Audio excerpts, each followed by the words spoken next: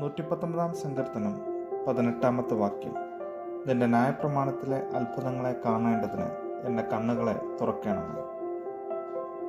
ഏറ്റവും വലിയ സങ്കീർത്തനമായ 119 സങ്കീർത്തനത്തിലെ അനുഗ്രഹീതമായ ഒരു വചനമാണ് വായിച്ചു കേൾക്കപ്പെട്ടത്.